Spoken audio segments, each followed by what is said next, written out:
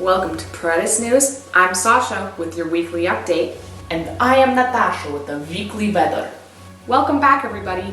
First off, the fight for women's rights has gone a long way, so I'll start with a little history lesson. In the 1700s, women had a lot of rights, like owning property, having the same job profession as a man, and the right to vote, as long as they were unmarried and stayed unmarried. When a woman got married, she lost a fair amount of her rights. Eventually, married women wanted more rights and started to ask lawmakers to make laws for them.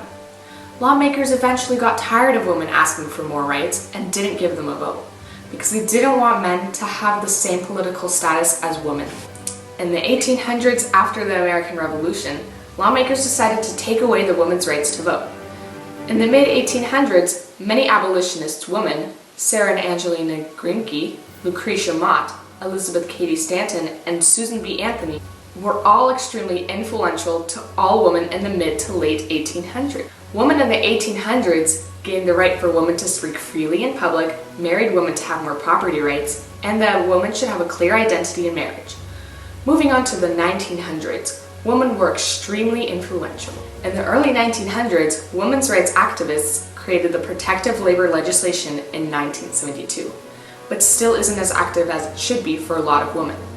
In the 1920s, women were finally given the right to vote. After women got the right to vote, women started fighting for the Equal Rights Amendment, and Congress passed the Equal Rights Amendment in 1972. Women also gained the following rights in the 1900s: Equal Pay Act, the marriage tax, the right to be elected or hold political power, the right to practice a professional career, and more. Come back after the weather for more. Welcome, everybody. This weekend weather has been extremely cold. Какой позор! Make sure to stay clear of bears drunk in the polluted vodka pond and cut up some firewood to stay nice and warm. Remember, safety is #1 priority. Back to you, Sasha. Thanks, Natasha, for the weekly weather update. Past actions that women have made when fighting for women's rights affect many women today.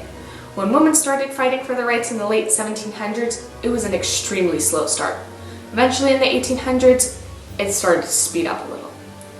In the 1900s, women gained a lot of rights that now cause women the right to vote, fair labor standards, equal pay, more divorcing rights, Women's Education Equity Act, pregnancy discrimination laws, the Violence Against Women Act, more education rights, the ability to join the army, and many more. All of these laws that were passed opened many opportunities for women that they wouldn't have otherwise. If the women's rights activists had never started to fight for the women's rights, women would be treated with much more discrimination than they are today. With women being underrepresented in political statuses, women only make up 20% of the Senate.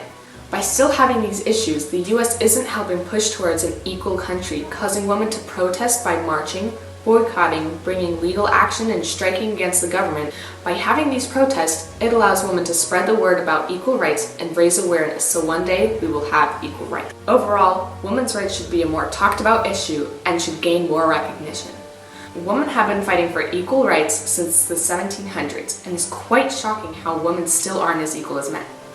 By having protests, women are able to spread information on how they are being oppressed today and increase their chances to being fully equal.